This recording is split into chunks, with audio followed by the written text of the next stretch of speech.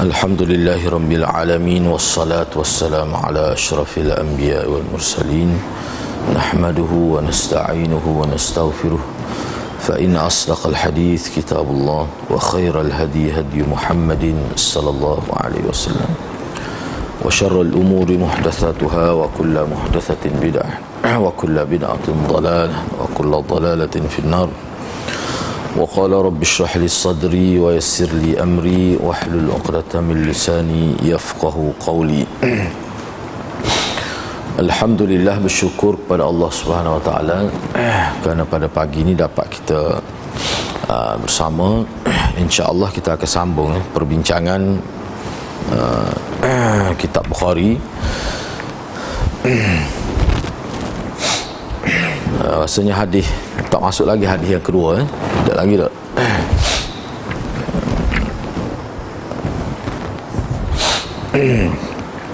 Asbab wurud muka surat 21. Jadi untuk pengetahuan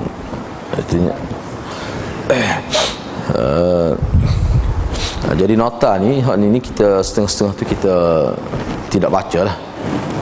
Hadirat boleh baca sendiri. Sebab setengah-setengah tu dia sudah termasuk dalam huraian.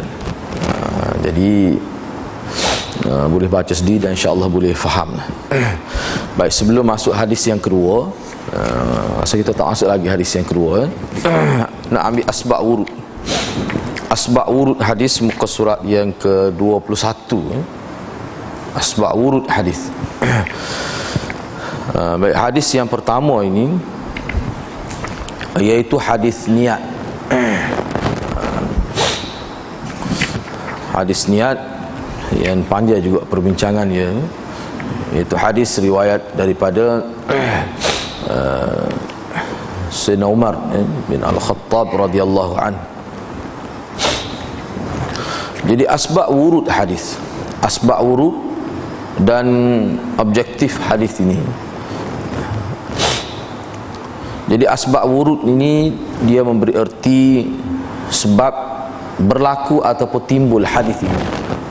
Kalau dalam Quran dia sebut asbab nuzul, punca turun ayat. Apa sebab, apa faktor Allah Subhanahu Wa Taala menurunkan ayat, itu dia panggil asbab nuzul. Asbab wurud, punca berlakunya hadis itu, apa sebabnya. Muka surat 21. Jadi kita nak tahulah juga latar belakang hadis. Sebab setengah-setengah hadis tu kita tidak disebut asbab wurud, setengah-setengah hadis disebut asbab wurud. Hadis ini berlatar belakangkan satu peristiwa yang diriwayatkan oleh At-Tabarani, di mana seorang sahabat Rasulullah berhasrat untuk mengahwini seorang sahabat wanita.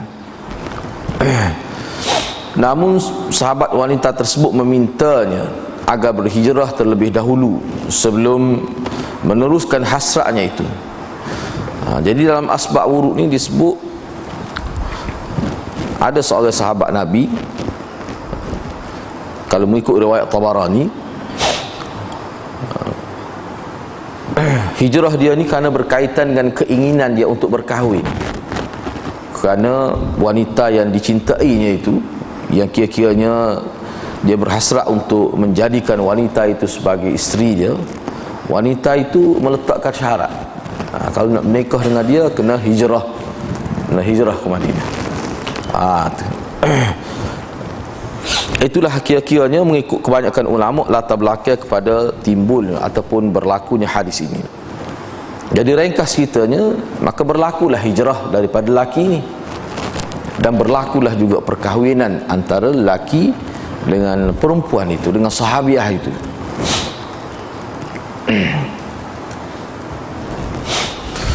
Jadi tindakan sahabat mendapat teguran daripada Nabi sallallahu alaihi wasallam. Jadi kita kena ingatlah, perkara ni sebenarnya tidaklah satu kesalahan besar kalau nak kiranya, sebab dia hijrah. Sebelum ni pun kita sebut, kalau niat banyak ni dia boleh pahala besar. Hijrah, lepas tu nak nikah, sunnah lah tu. Nikah tu pun sunnah juga. Jadi kalau kita letak niat lebih banyak, maka lebih besarlah pahala, lebih banyaklah pahalanya. Tetapi di sini kena ingatlah, kerana berkahwin lepas tu hijrah tu suatu perkara yang berbeza. Yang besarnya adalah hijrah. Tu nikah tu besar juga, tapi tidaklah sebesar hijrah. Dan hijrah ni adalah hijrah yang wajib. Hijrah yang wajib. Dan saya sebut dah sebelum ni bahawa hijrah ni, hak hijrah wajib, iaitu perpindahan daripada Mekah ke Madinah ni, hak ni berlaku hanya sekali ni ya. Perintah ini bukan sama-sama. Jadi seperti kita kata beza kalau kita mari semaya ke masjid ni, waktu ada tiap-tiap hari, beberapa kali sehari. Jadi hak ni tidak, sekali saja hijrah itu. Jadi kalau ada niat lain, seperti kita kata semaya, ya tak ya pun dia mari semaya sama dah, cuma hari ni nak niat nak jumpa saing, tak apa. Kalau tidak gitu pun dia mari juga masjid, niat nak mengajar, itu dia beza. Hak ni tak ni, sekali ni ya hijrahnya. Jadi bimbang takut dorongan itu lebih kuat, dorongan nak kahwin, daripada dorongan hijrah itu. Bimbang takut kuat tu. Kalau kuat tu juga jadi tidak nampaklah matlamat sebenar tu adalah hijrah. Tapi pergi hijrah tu kerana dorongan untuk berkahwin dengan wanita tu, takut hak tu lebih banyak, lebih besar. Itu. Jadi maknanya kerana dunia lah juga kira-kira ni. Supaya ada orang pergi ngaji, misalnya contoh setengah tu ada ke pergi ngaji Mesir tu kerana perempuan dia nak nikah tu pergi Mesir kot, maka dia pergi kot Mesir. Padahal tidak nak pergi Mesir lah mana, tidak nak pergi ngaji lah mana pun. Misalnya ni barang-barang lagu tu lah. Sebab tu dia kena betul niat. Jadi Nabi tegur sini ni bukan untuk dia sajalah. Mana khitab juz'i itu asalnya khitab kepada khusus sahabat Nabi, tetapi sebenarnya hak ni sebagai pengajaran juga. Pengajaran juga kepada sahabat-sahabat lain dan umat selepas daripada generasi sahabat itu.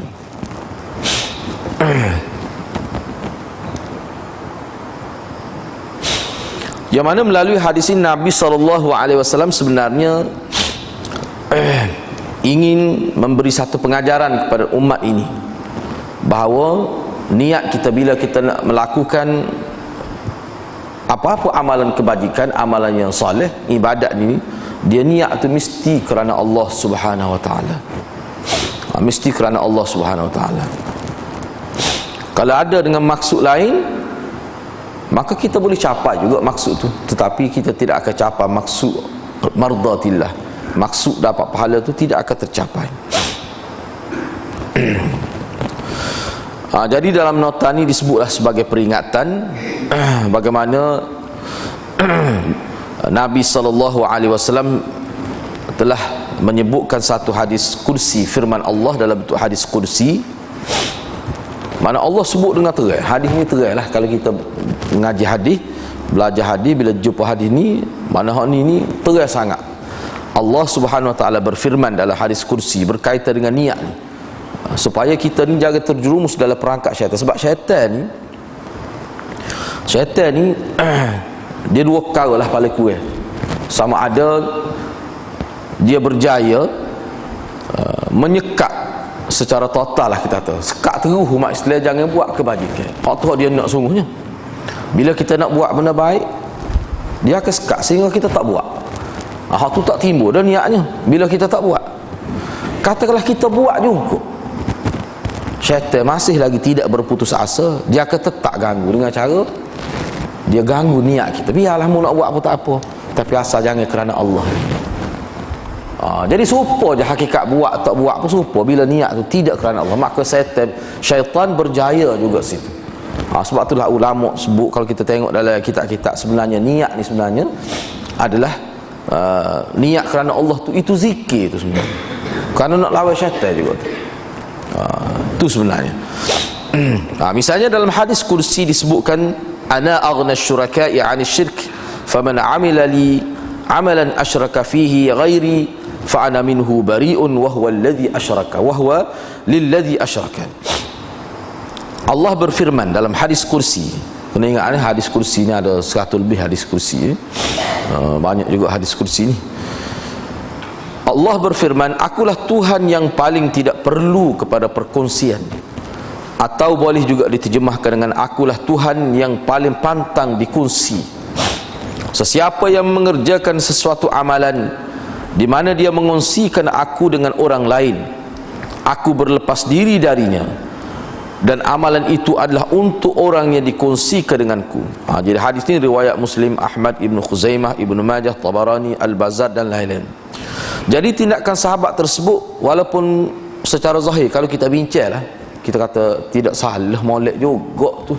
Nah, tidaklah, kalau salah pun kita kata kecil saja tu. Nah, mesti dah kita kata dorongan hijrah tu kita boleh takwil. Dorongan hijrah tu lebih kuat. Nikah tu bila-bila tu. Nah, nombor dua tu bukan utama. Kita boleh kata gitu. Sebab apa? Sebab bila hijrah ni dia tinggal semua harta. Pergi selas pun.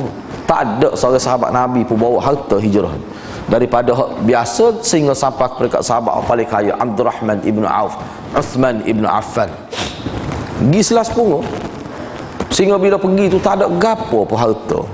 Pergi dengan kosong, macam start semula sebuah kehidupan tu bila berada di Madinah. Kalau nak berbanding dengan semata-mata nak nikah kerana tu, besar tu pengorbanan hijrah tu. Sebab tu lebih sebab tu Nabi sebut dalam hadis orang yang berjual selepas hijrah dengan sebelum hijrah ni, dia beza, dia tak sama. Walaupun masing-masing ada kelebihan berlaku, tetap diberi syurga, tetapi nilai dia tidak sama. Itu beza dia. Kerana zaman Madinah ni kiranya zaman yang lebih senang lah, ujian tu dalam bentuk lain. Tapi zaman Mekah ni ujian lebih teruk lagi, lebih teruk lagi. Oleh sebab itulah maknanya anda tidak akan menemui nama sahabat berkenaan disebut di mana-mana kitab hadis maupun syarah-syarah ni kecuali nama samaran. Jadi sahabat Nabi ni kita tak akan jumpa lah nama dia sebenar tu ke dia, nama khas dia tu. Sahabat Nabi yang terlibat ni dalam asbab wurud hadis ini tak disebut, cuma disebut nama samaran. Muhajir Ummi Qais. Orang yang berhijrah kerana Ummi Qais. Muhajir Ummi Qais, yang bermaksud orang yang berhijrah demi Ummi Qais. Berhijrah demi kerana seorang perempuan yang dikunyahkan dengan Ummi Qais, yang mana nama sebenar Ummi Qais ini ialah Qailah. Nama dia sebenar adalah Qailah. Di sini pun sebenarnya ada nilai akhlak sebenarnya.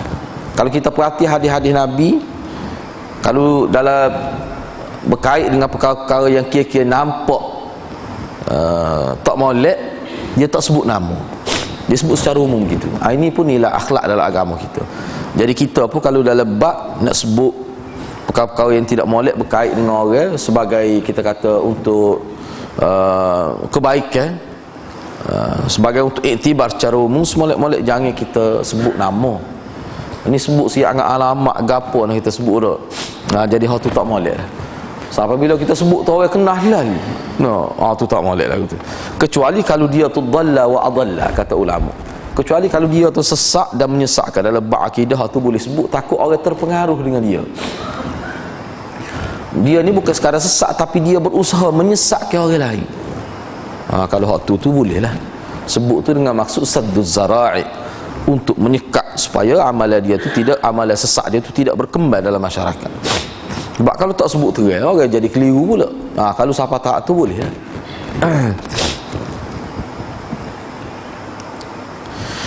Jadi walaupun sebut cerita ni, oleh kerana tidak disebut secara khusus tapi sebut secara umum tanpa disebutkan nama, maka tidak ada unsur mengaibkan seseorang dalam cerita ni. Bila tidak ada unsur mengaibkan seseorang, dia tetap tercapai maksud apa dia? Al-ibrah, yakni iktibar itu dapat tercapai. Ni kalau sebut nama orang, kadang-kadang orang lebih tertumpu. Siapa tu? Lebih tertumpu kepada orang tu pula. Jadi rosak lah. Jadi tak kena lah gitu. Sebab benda ni dalam Islam ni pantai kita mengaibkan orang. Itu satu kesalahan besar, bukan kesalahan kecil. Sebab tu hadirat kena beringat. Saya ingin memperingatkan kita sebagai orang yang belajar hadis ni, kena beringat dengan sistem teknologi maklum-maklum, dengan WhatsApp dan sebagainya, Telegram. Jangan kita duk sebar maklumat tu secara mudah-mudah. Bahaya tu, dosa tu. Tambah-tambah kalau menggunakan gambar orang pula. No. Ni masalah juga kita umat Islam jadi galik. Nah, jadi galik dengan sistem ni kan mudah ajak ke tekan. Nah. Jadi kadang-kadang saya maklumat secara tak sengaja tersebar pula hadis-hadis palsu. Lepas tu tersebar pula perkara-perkara yang mengaibkan orang. Nah, jadi kena beringatlah. Kadang-kadang gambar perempuan, gambar lelaki yang berkait dengan seks tu jadi mudah-mudah ya sahabat. Tak leh tu tu. Salah tu dalam agama tu. Jadi kena beringatlah dia. Tak nak pasal-pasal jadi dosa pula.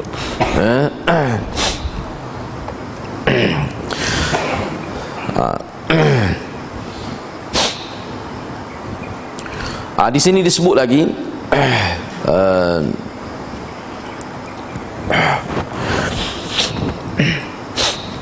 jadi cara ni nilai moral yang dapat kita ambil daripada kaedah periwayatan hadis ini sangat besar lah.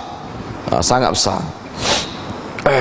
Yang mana prinsip hadis, salah satu prinsip hadis, bila dia meriwayatkan sesuatu peristiwa, dia tidak ada unsur mendedahkan keaiban seseorang. Itu prinsip hadis. Tapi kalau dalam bab baik, dia akan sebut. Kalau yang menyentuh berkenaan dengan kebaikan seseorang, dia akan sebut terang nama. Tu biasanya gitulah. Tapi kalau yang melibatkan keaiban seseorang, maka perkara itu tidak disebut dengan terang watak tu, individu tu, tetapi yang disebut hanya cerita itu sahaja. Kerana yang dimaksudkan iktibar itu daripada cerita tu, bukan daripada individu itu.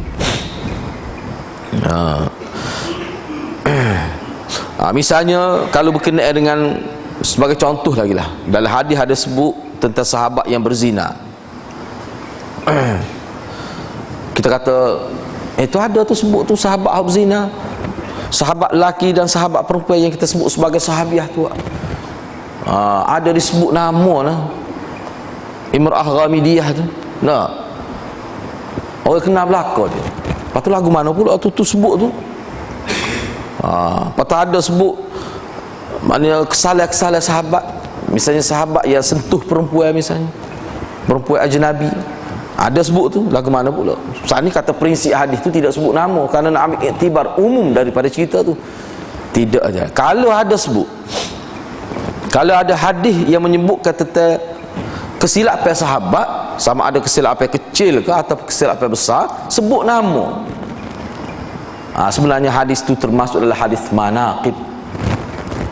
Hadis tu termasuk dalam hadis manaqib. Hadis nak menyebutkan tentang kelebihan sahabat.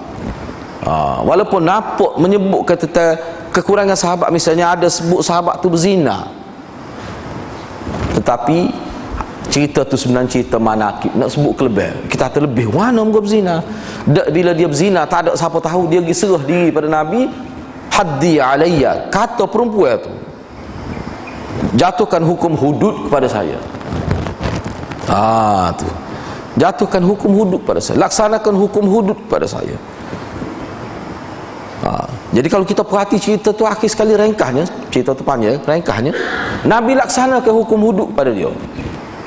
Dan Nabi sebut perempuan ni ahli syurga. Itu kelebihan tu. Bila Nabi sebut gitu, maknanya itu confirm, pasti dia tu ahli syurga. Maknanya tu kelebihan.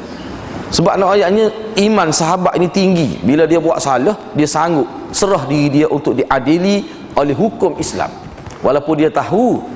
Sebab dia tu zina muhsan, zina orang yang telah berkahwin, ini hukum dia hukum mati, kena rejam sampai mati. Dia tahu tu, tapi dia sanggup serahkan apa? Kerana iman kepada Allah. Jadi hak tersalah tadi itu sifat manusia, boleh tersalah.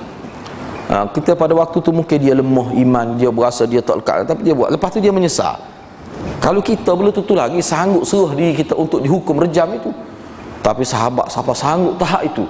Nak boleh siapa tahap itu sanggup serah diri untuk diadili dengan hukum Allah tu, nilai iman tu tinggi tu.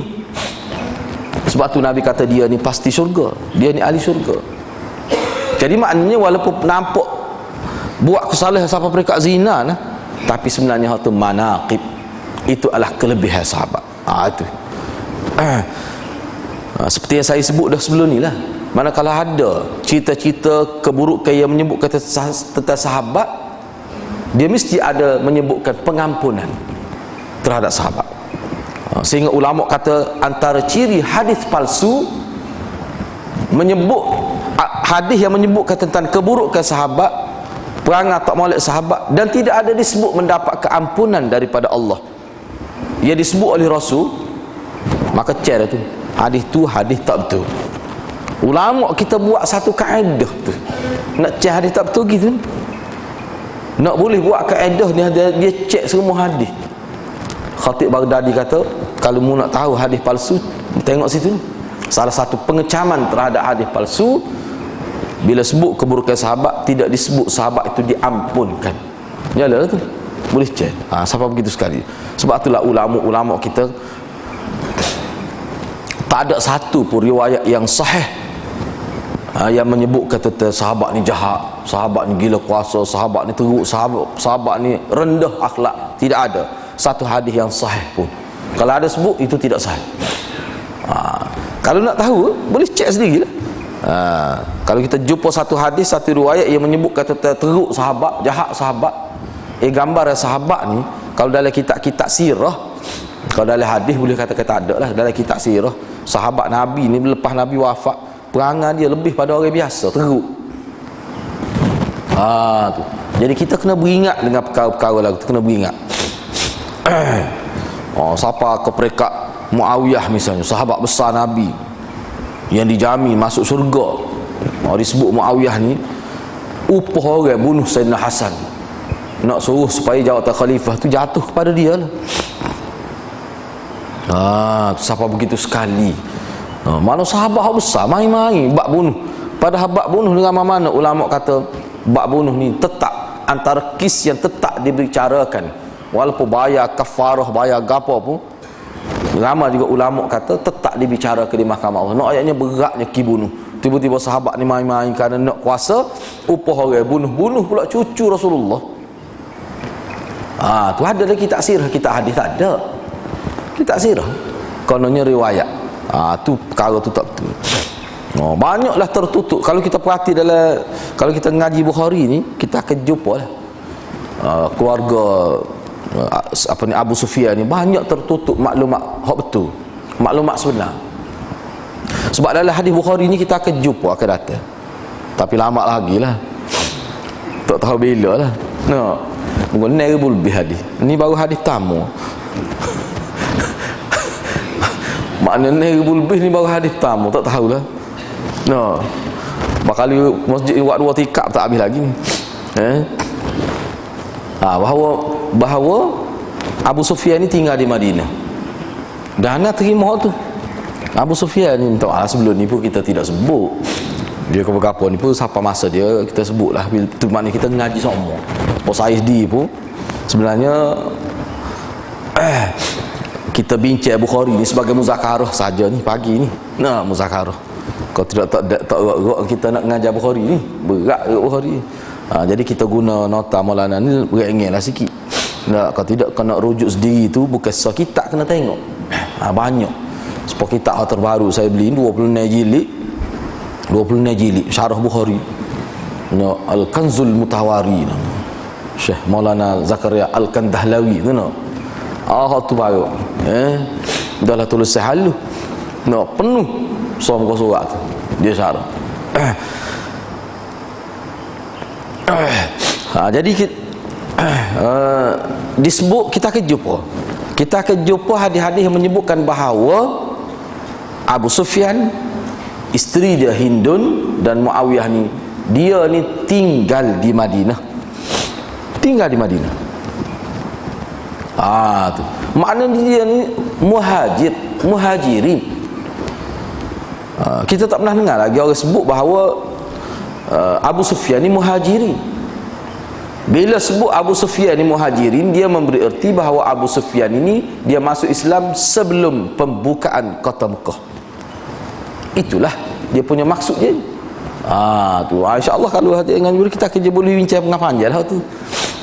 Jadi hak kata Abu Sufyan masuk Islam ketika pembukaan kota Mekah, menyebabkan Islam dia sementara je. Beberapa tahun masuk Islam, lepas tu Nabi wafat. Cerita tu tak benar lah.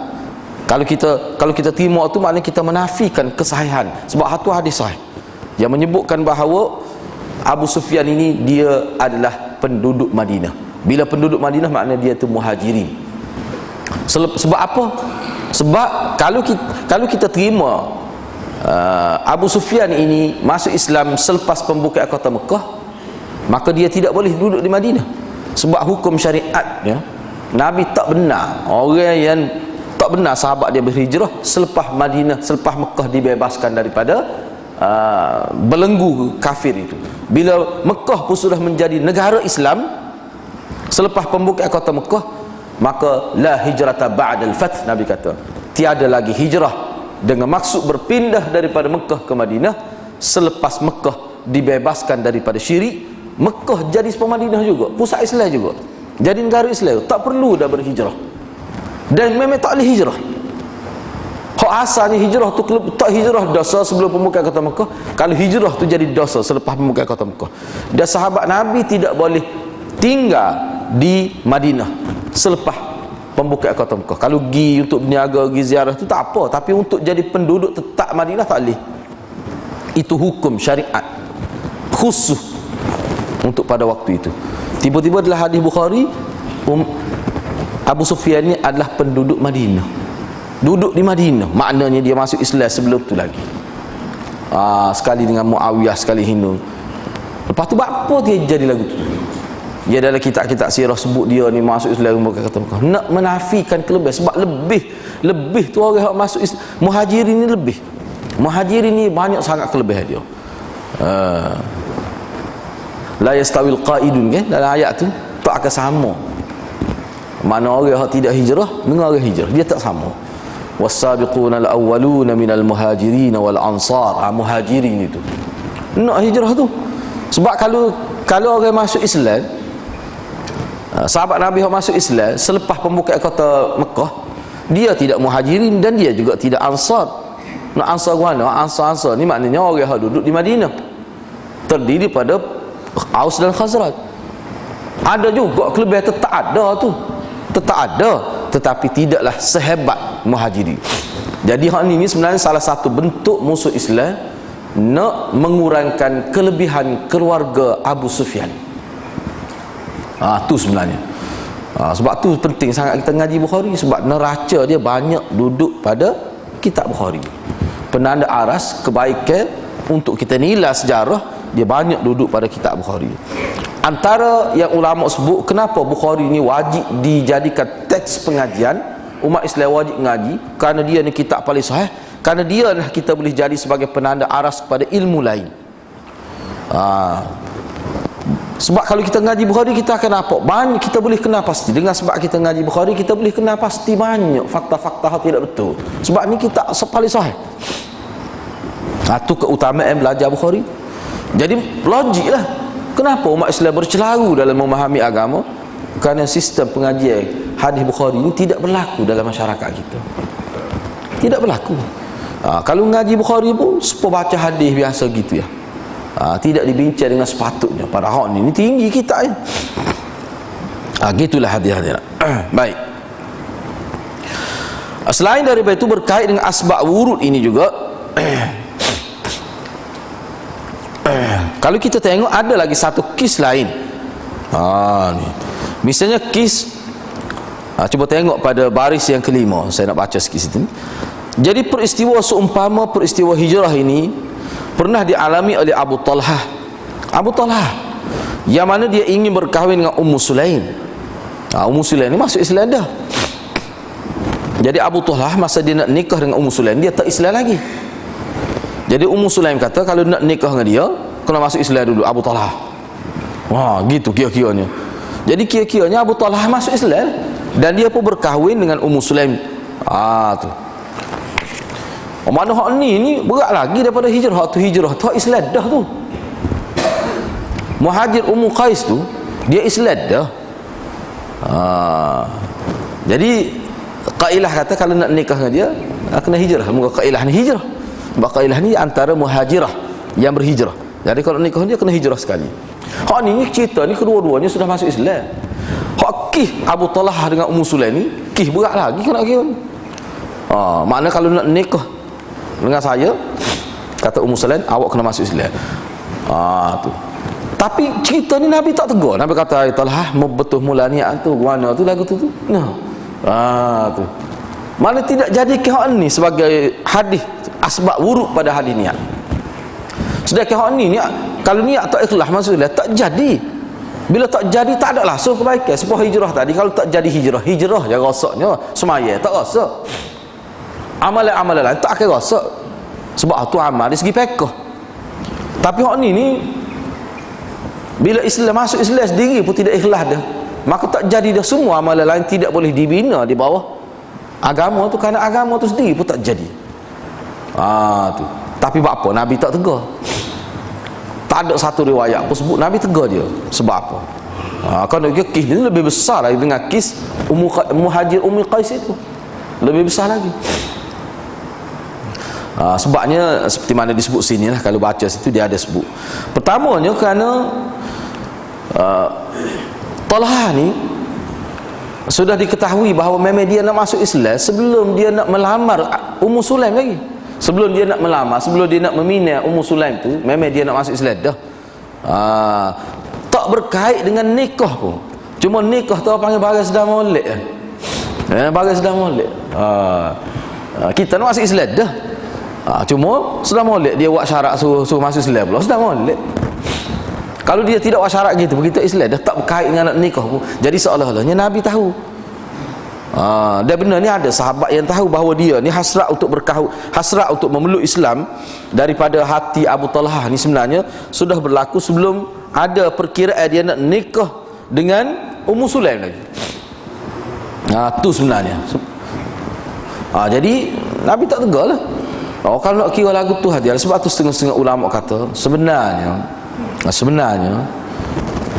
Muhajir Ummi Qais ni pun sebenarnya dia tu sendiri pun tidak jelas juga kata semata-mata bulat getel lah kita kata dak. Bahawa dia hijrah ni kerana nak berkahwin dengan perempuan. Tak ada satu riwayat pun sebut dengan terang juga kata dia hijrah tu kerana tu. Sebab tu ada ulama kata sebenarnya hak ni tidaklah asbab wurud, tidaklah jelas asbab wurud hadis ni kerana cerita Muhajir Ummi Qais tu dak juga. Cuma waktunya kebanyakan disebut dalam kitab begitu. Nak kata dengan pasti semua ittifaq lah bahawa punca berlakunya hadis ni kerana kis yang berlaku kepada Muhajir Ummi Qais yang nak berkahwin dengan Qailah itu. Itu pun tidak jelas juga. Tapi kebanyakan disebut begitulah. Kebanyakan disebut begitu. Tak apalah hadirat. Baik, sekarang ni sebelum kita masuk hadis, kita nak tengok pengajaran saya nak baca ni. Antara pengajaran ataupun pedoman dan panduan yang kita boleh petik daripada hadis yang pertama ni. Jadi yang pertama, kita dikehendaki berhati-hati dalam memasang niat. Niat yang dipasang haruslah ikhlas kerana Allah Subhanahu Wa Taala. Semata-mata tu secara mutlaknya gitu. Niat kita mutlak untuk Allah Subhanahu Wa Taala. Dia niat ikhlas inilah sebenarnya. Dia kita kena ingatlah, niat ikhlas tu sebagai punca kepada kita buat sesuatu. Tapi satu kali lagi yang perlu kita faham, niat itu sendiri dia boleh pahala bila sesuatu yang kita buat itu sesuatu yang merupakan sunnah. Maknanya niat dengan kaifiat tu dia mesti selaras. Niat kerana Allah dan perbuatan itu juga kena betul. Tak boleh bercanggah dengan agama, tidak boleh bercanggah dengan sunnah Nabi. Barulah amal perbuatan itu dikira sebagai sunnah. Kalau tidak, boleh jadi dia menjadi adat ataupun menjadi amalan-amalan yang dianggap sebagai bid'ah dan sebagainya. Itu perkara yang pertama. Yang kedua, segala amal ibadat menghendaki niat. Tanpa niat sesuatu ibadat tidak dikira sah dan tidak mendatangkan pahala. Mana niat tu kena ikhlas. Kadang-kadang niat tu berlaku di pertengahan. Maksud niat berlaku di pertengahan, misalnya kita tidak niat pun nak pergi sembahyang di masjid. Misalnya kita pergi dengan lain, tiba-tiba bunyi rebah, kita pun berhenti. Lepas tu lagu mana? Apakah dikira boleh pahala sejak bermula daripada kita turun daripada rumah? Sebabnya dalam hadis Nabi sebut, orang yang turun daripada rumah dengan maksud lagi masjid itu dapat kelebihan. Ni kita turun daripada rumah tidak niat lagi sembahyang. Tak, misalnya kita nak pergi beli ikan rasanya. Tiba-tiba jadi lama jalan jam sudah molek duduk tengah itu orang bel. Tengok masjid ada berhenti lalu. Lepas tu tak boleh kau kelebihan, boleh kelebihan. Tapi hak tadi khusus. Hak turun daripada rumah dengan niat nak sembahyang, hak tu mendapat doa daripada malaikat, hak tu khusus. Waktu khusus. Maknanya kalau kita niat pertengahan untuk pergi semaya tu asalnya tidak niat nak balik rumah tapi bunyi rebel pergi semaya. Tu boleh pahala juga, boleh pahala Jumaat, boleh pahala besar juga. Maknanya kita ni dengar seruan azan gila lalu, tapi dia tidak sama dengan niat daripada rumah lagi. Dalam hadis dia tidak sama. Mana niat ni boleh berlaku di pertengahan jalan, boleh berlaku. Walaupun tidak daripada awal kita niat gitu. Yang ketiga, Allah dan Rasulnya mestilah diutamakan daripada segala kepentingan yang lain. Ini ajaran ini ciri Ahlus Sunnah wal Jamaah. Allah dan Rasul. Ini ajaran disebut dalam Quran. Ini ajaran disebut oleh Nabi. Tentu dah hati-hati. Tak sedar ayat lah. Nabi lebih. Bahkan ittifaq ulama kata sesiapa menganggap wirid Nabi, doa Nabi, ajaran Nabi ajar, bacaan Nabi ajar, kalau ada orang kata hak lain lebih utama lagi dia amal, boleh rosak akidah dia. Ni selawat Nabi ajar, ni doa Nabi ajar, ni wirid Nabi ajar. Misalnya hadis terakhir dalam kitab Bukhari ni, dah hadis terakhir ni, dah hadis terakhir Imam Bukhari dia tutup hadis dia dengan hadis yang berkait dengan wirid, dengan zikir. Kalimatan habibatan indallah. Okey, dua kalimah yang sangat dicintai oleh Allah dan Rasul, oleh Allah. Saqilatan fil mizan, khafifatan fil lisan, okey. Mana berat bila ditimbang di hari akhirat tu berat. Khafifatan fil lisan makna ringan, sebut ringan, tapi thaqilatan fil mizan bila timbang di mahkamah Allah memang berat nilai dia tu. Gapo dia? Subhanallah wa bihamdi subhanallahil azim. Tu. Hak ni mengikut ulama dalam syarah-syarah hadis Bukhari, kamu bacalah ketika mana pun. Nak baca berapa juta, masa mana nak baca, dia tidak menentukan bilangnya berapa kena baca dan tidak ada penentuan masa mana nak baca, di tempat mana. Boleh semua. Subhanallah wa bihamdi subhanallahil azim. Tak ringan tu, khafifatan fi ringan gitu. Tak payah ngapa, pakai ingat lalu. Tapi tak boleh lah ustaz sebab ni nak nari, tak boleh. Kalau baca ni dia nak nari tak boleh, tak sedap nak buat rentak, nak buat muzik, tak boleh. Tinggal hak tu, duk amal hak lain misalnya. Tak boleh dah. Tinggal selawat Nabi misalnya, tak boleh. Sebab ahli sunnah wal jamaah dia meletakkan hak Nabi tu lebih pada hak lain. Kalau menganggap hak lain lebih, boleh rosak akidah. Kecuali dia tidak anggap gitu. Tapi makna dia ikut hak lain. Tapi dia tak anggap hak tu lebih. Tu boleh kira lah sikit. Tapi kalau anggap hak lain tu lebih, tu talih. Imamul Haramain, guru pada Imam Al-Ghazali, kata seseorang yang menyebarkan hadis palsu dengan sengaja kafir, kata Imamul Haramain. Kalau dia tahu ni hadis palsu tapi dia sebar juga kerana dia kata makna dia molek, dia tahu hadis ni tak betul. Hadis-hadis di sesuatu tu jadi hadis bila dikaitkan dengan Nabi, jadi hadis. Kait dengan Nabi ni tak semesti sebut nama Nabi. Mengikut ulama, kita kata ni ada kelebihan fadilat tu berkait dengan agama. Bila ulama telah menetapkan sesuatu amalan disebut fadilat, seautomatik dia berkait dengan Nabi lalu, walaupun tak sebut Nabi sallallahu alaihi wasallam. Misalnya kalau kita baca gini ada kelebihan gini-gini, kelebihan sebut fadilat itu, cara tu maknanya secara tak langsung kita telah kaitkan amalan itu dengan Nabi. Bahaya tu. Memang orang akan faham gitu pun. Kalau awak baca selawat ni gini, Nabi mari cokoh depan awak misalnya. Kalau ada awak jenis kata gitu, tu bahaya. Orang tahu agora, benar-benar juga ada tak boleh nak buat gora ni. Ada belum orang tahu agora. Supaya terik buat gora pun selok, kena tak sengaja mati tu. Hak ni tak boleh buat gora. Bagai-bagai lagu tak boleh buat gora, dia bahaya, dia ada kesan dia. Kena beringat. Ahli sunnah memang gitu. Kalau kita tengok dalam buku-buku yang membicarakan tentang ajaran, unsur-unsur ataupun ciri-ciri ahli sunnah wal jamaah, dia mengutamakan ajaran Nabi, mengutamakan wirid Nabi, mengutamakan hak Nabi ajar. Subhanallah wa bihamdi subhanallahil azim. Sebutlah berapa juta sehari pahala. Waktu kelebihan dia sangat besar. Kelebihan. Imam Bukhari tutup dengan tu sebab apa? Sebab dia nak isyaratnya hidup kita ni mesti kita akhiri dengan zikir kepada Allah. Hanya ayat akhir. Sebab Imam Bukhari seumur pokok akhir bab dia isyarat kepada mati, isyarat kepada akhir. Tu. Mana dalam hadis tu, hadis terakhir mana sebut mizan ke akhirat ya, ada mizan ni. Itu isyarat kepada mati dia tu. Isyarat kepada pergerakan manusia menuju ke alam kematian, ala akhirat. Tu. Yang keempat, di dalam hadis ini terdapat amaran daripada Nabi SAW supaya umatnya berhati-hati dan berwaspada terhadap perasaan riya, yakni menunjuk-nunjuk. Mana buat amalan nak suruh orang tengok dengan maksud gitu, supaya orang puji dan sebagainya. Begitu juga sum'ah ni dia suka dengar orang puji dia. Kalau orang puji dia, dia berasa demam-demam sikit menjadi keboh lalu. Kalau orang puji, dia ada jenis jiwa manusia gitu. Jadi jiwa sifat tu sifat yang mazmumah, yang dicela oleh agama. Tu sum'ah itu perasaan suka kalau orang mendengar dan tahu tentang sesuatu amal kebajikan dibuat, dia suka. Dia ejah juga lah mana biar orang boleh perasan bahawa dia yang buat benda ni. Kalau tak sebut terai pun orang boleh agak tak apa dah. Ni rasa tak boleh ada. Tu syaitan berlaku. Syaitan nak supaya kita jadi hilang pahala daripada kita. Tu tujuan syaitan. Atau beramal selain kerana Allah, selain daripada Allah, kerana semua sifat-sifat keji itu boleh menghapuskan pahala sesuatu amalan kebajikan. Malah ada kalanya ia boleh membatalkan amalan itu sendiri. Yang kelima, kita umat Islam dikehendaki menjaga dan mengawal hati serta mengambil berat tentangnya supaya ia tidak terpesong dan tersasar daripada landasan keikhlasan. Kena jaga sengati. Hati kita ni kena jaga sungguh ni. Kena jaga sungguh. Takut sajalah.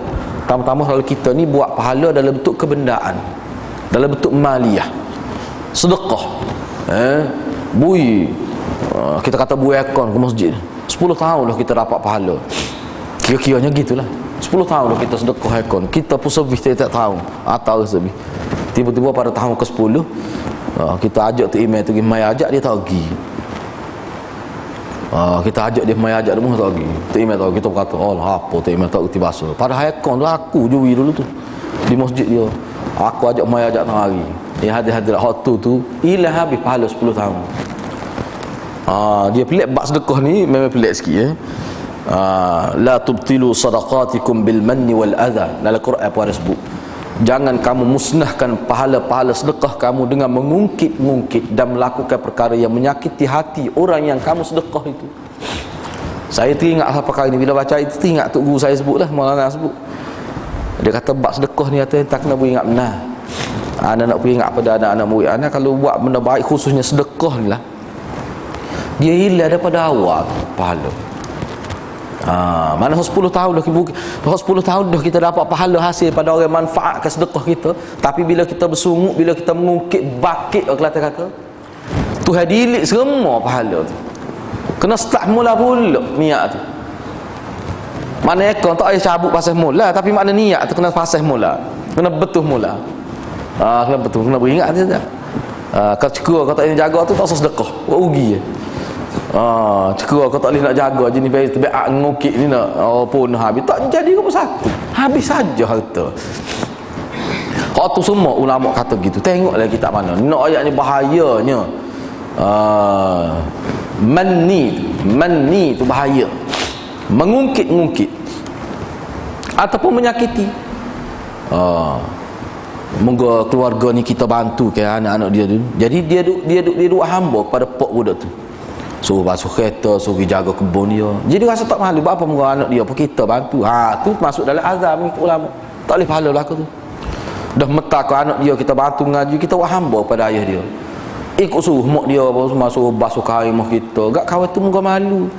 Moga kawan ni tolong dia kononnya perbuatan dia tu kerana mengenai budi lah. Kita pula buat tu kerana apa? Kerana kita anggap dia ni tak ada ego, kita bantu dia. Maka kita suruh ikut suruh. Kerana dia jadi macam hamba dia. Tu tak boleh lah. Itu termasuk dalam azab. Tak boleh, benar-benar lagu tu tak boleh. Yang keenam, berhijrah dari negeri kafir ke negeri Islam adalah antara ibadat yang sangat istimewa sekiranya ia dilakukan benar-benar kerana Allah. Kerana itulah Nabi SAW pernah bersabda kepada Amr bin Al-As.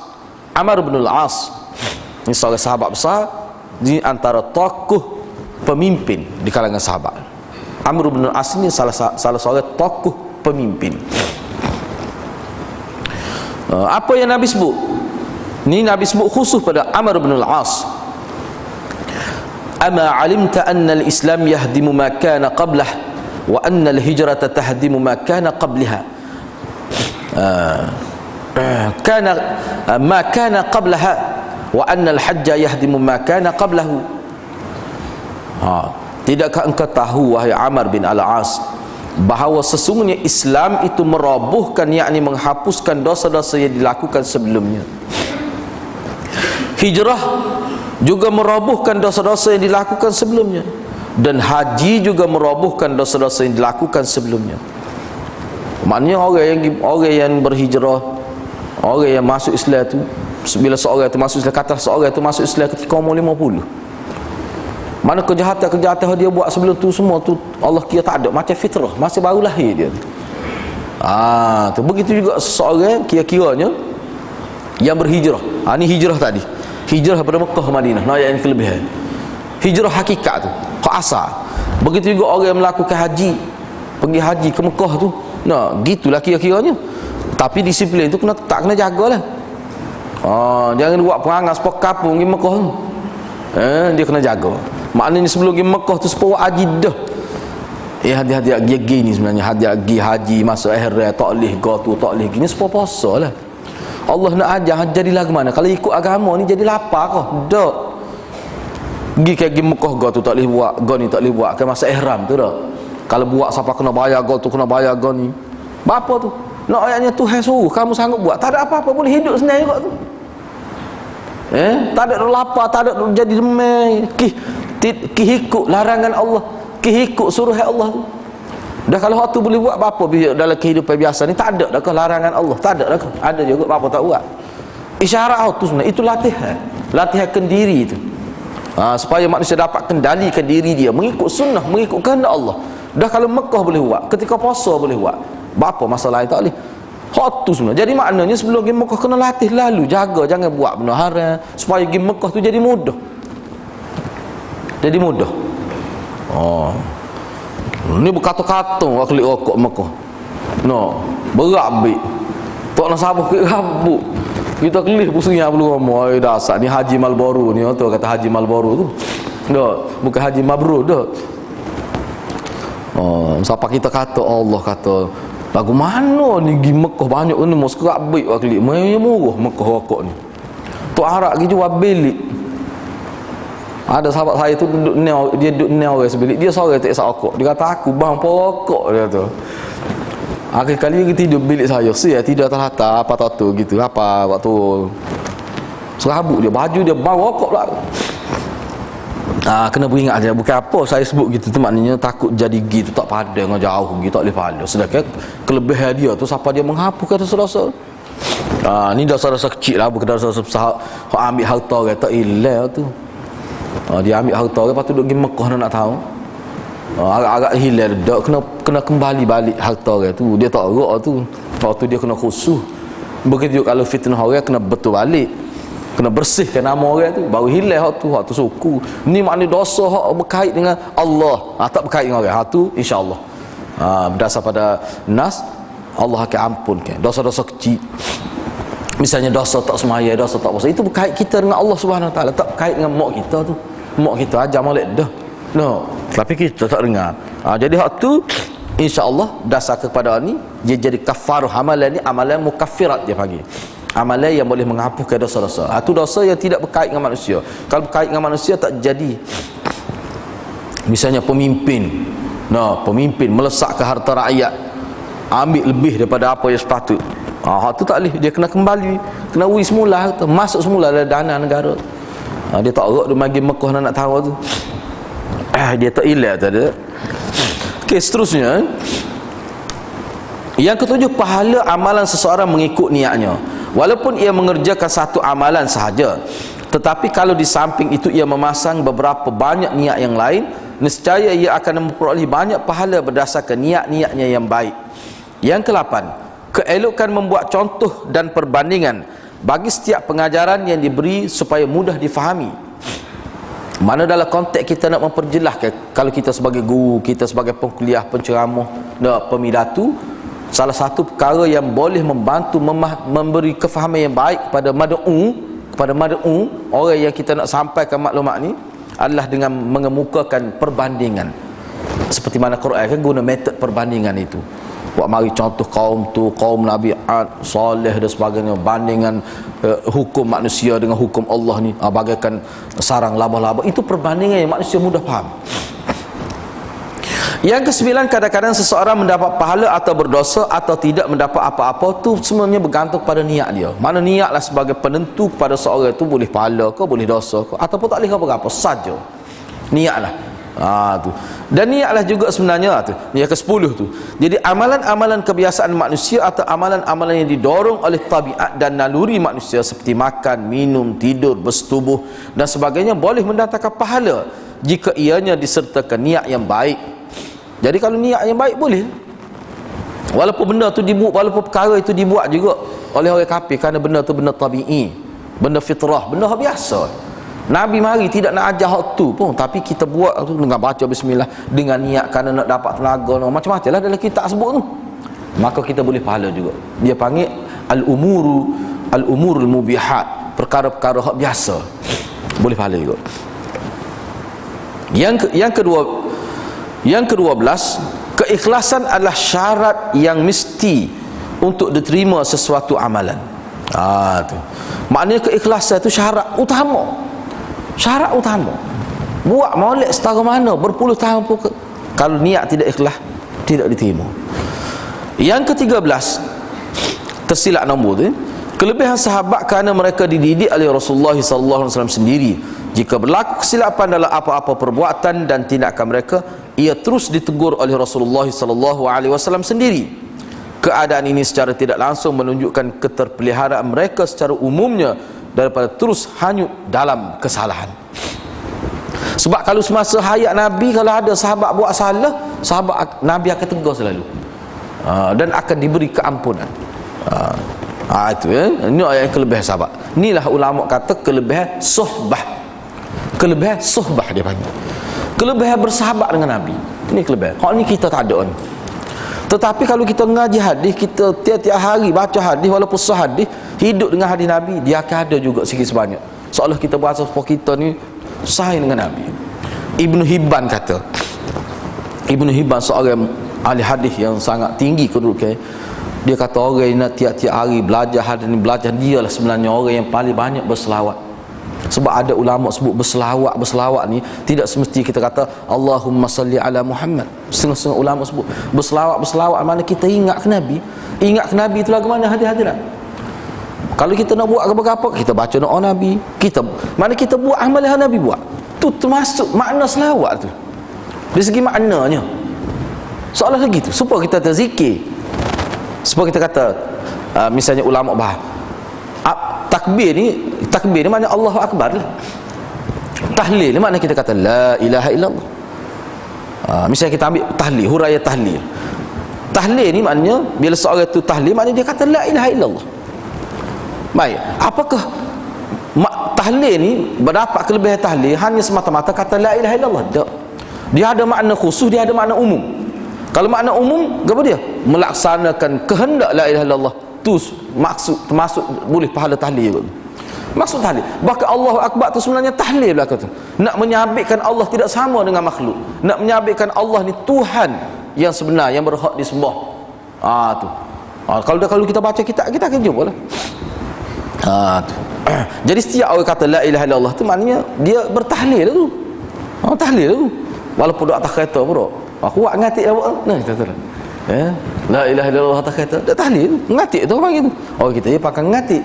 Jadi seolah kalau Allahu Akbar tidak ngatik, ya Allahu Akbar pun ngatik juga.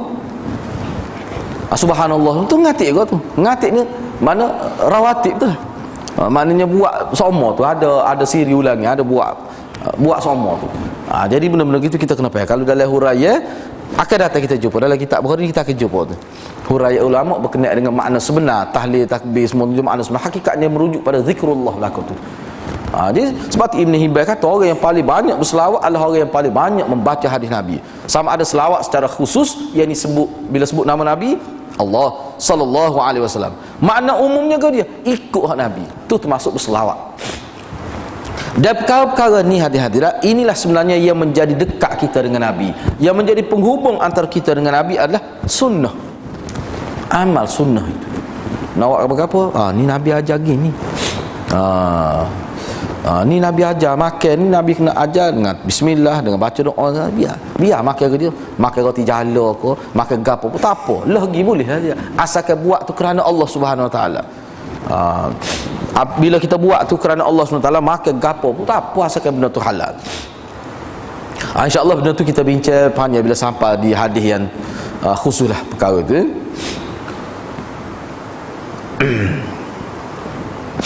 Itu yang ke-13. Yang ke-14, maksud hadis ini telah difahami dengan baik oleh para sahabat dan mereka telah menunjukkan contoh yang terbaik di dalam mengadaptasinya. Perhatikanlah. Jadi sahabat Nabi dia amal sungguh. Dia terjemahkan dalam kehidupan dia. Ni. Dia terjemahkan dalam kehidupan dia. Perhatikanlah lembaran sejarah para sahabat radhiyallahu anhum. Anda pasti akan menemui contoh ketinggian keikhlasan mereka dalam berjuang dengan mempertaruhkan nyawa demi menegakkan agama Islam. Walaupun dalam masa yang sama penglibatan mereka dalam peperangan-peperangan menentang musuh itu turut dijanjikan dengan harta ghanimah, yakni harta rampasan perang yang lumayan oleh Allah dan Rasulnya. Tetapi semua itu tidak sedikit pun memesankan niat mereka dari keikhlasan dalam menegakkan agama Allah Subhanahu Wa Taala. Jadi kalau kita perhati sahabat Nabi ni, kalau kita baca hadis lah, kalau kita tengok mengaji molek hadis, ada tu kadang-kadang Nabi tu menghargai perjuangan sahabat dia. Nabi panah Nabi kata daripada kaki aku duduk ni sampai ke anak panah berhenti, itulah tara tanahmu. Nabi beri pada sahabat dia.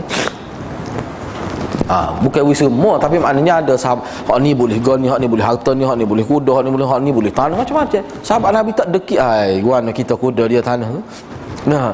Sahabat Nabi tak deki, ikut Nabi beri. Sebab di situ ada keberkatan, ikut Nabi. Tu.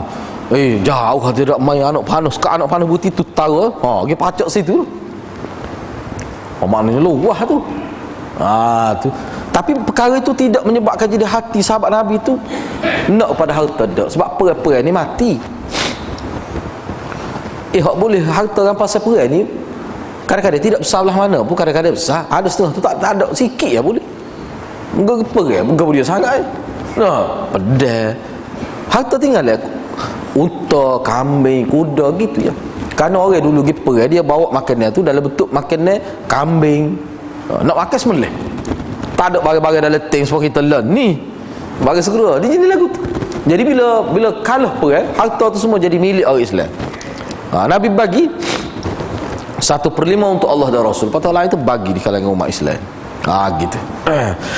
Baik, cuba tengok muka surat 23 yang terakhir. Hadis niat ini dijadikan asas dan sandaran oleh ahli fiqh, oleh fuqaha untuk satu kaedah fiqh ciptaan mereka lah, yang mereka istimbat daripada hadis ini, iaitu al-umur bimaqasidiha, yang bermaksud segala perkara itu dikira berdasar kepada maksudnya.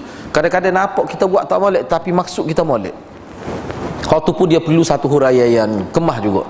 Misalnya kita pergi sebut pada seorang, nampak macam ngupak zahirnya, tapi niat kita tidak ngupak.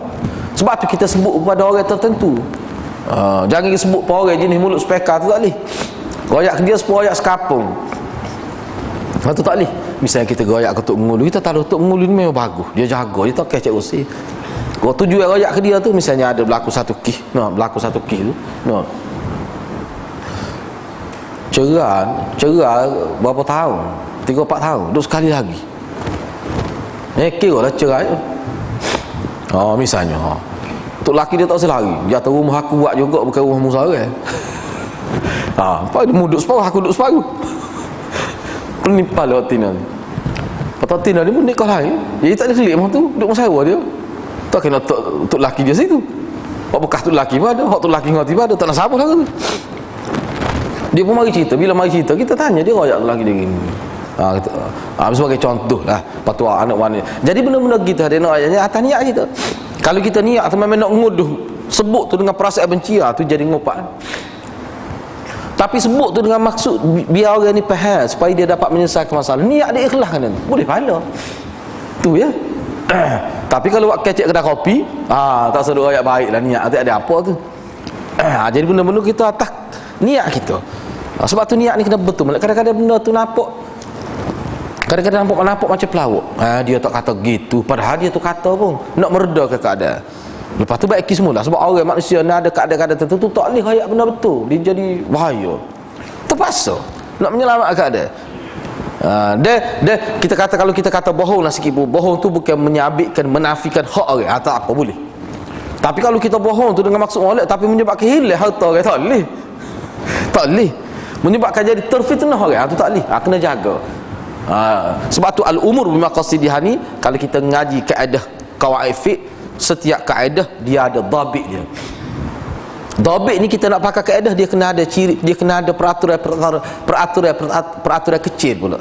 Awak nak pakai kaedah ni, awak kena tahu kaedah-kaedah lain juga, kaedah kecil. Dia panggil, dari istilah dia panggil dhabit.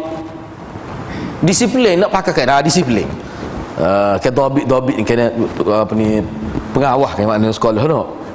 Hak nak jaga disiplin itulah. Jadi al-umur bimaqasidih ni, hak ni dia ada dhabit dia. Tu kena ngaji khusus lah dalam bab qawaid fiqh. Tu. Tapi kaedah ni mari mana? Ni istinbat, pemahaman daripada hadis yang pertama ni, iaitu hadis niat ini. Gitulah hadis-hadirat. Mudah-mudahan perbincangan kita ni diberkati oleh Allah Subhanahu Wa Taala. Jadi insya-Allah minggu hadapan kita akan masuk hadis yang kedua. Mari masuk hadis yang kedua. Hadis kedua ni atau parut lagi ni. Seboleh-bolehnya baca dululah, panjang ni. Jadi saya duk tengok, duk baca tengok tu. Kalau kita nak tebuk-tebuk jadi rugi kita. Sebab maklumat tu banyak, dah ni memang sangat penting. Hadis-hadis akan ingat dalam pengajian Imam Bukhari ni atas, kerana dalam dia memahami agama, dia kata umat Islam ni wajib memahami ulum wahyu, wajib memahami wahyu tu. Dia kena faham molek konsep wahyu tu. Barulah insya-Allah kira-kiranya pemahaman dia tu boleh menyekat dia daripada jadi sesak. Kira-kira ni kena faham molek. Waktu panjang ni. Panjang pun kita tak tahu lah, panjang pendek pun kita baca lah. Lepas tu kita kata bila nak habis, bila nak habis. Kata hamba betul nak ayat bila nak habis tu. Kemudian 9,000 lebih. Ni baru nak masuk hadis kedua pun minggu depan. Tu pun kalau dia ngomong kita, kalau celah tu ambil awal kan, tak ada apa. Tapi tak apalah, asalkan ngaji. Tu tak tanya habis ngaji Bukhari mu ni. InsyaAllah Tuhan tak akan tanya. Imam Bukhari kata Tuhan tak akan tanya kita, itu Imam Ghazali. Kalau Tuhan tanya awak belajar ke tidak, mu belajar ke tidak, mu laksana ke tidak perintah Allah, berjaya ke tidak berjaya, itu bukan urusan kita. Kita duduk situ ya, tidak. Jadi walaupun panjang pun kita kena baca lah, kerana hak ni memang molek semua. Sebab saya duduk baca, duduk tengok tu, kata ni parut ni hak ni. Tapi kalau kita boleh faham molek hak ni, kita akan berasa nikmat tu berasa. Jadi gitulah hadirat. Mudah-mudahan Allah memberkati perjumpaan kita pada pagi ini. Wabillahi taufiq wal hidayah. Wassalamualaikum warahmatullahi wabarakatuh.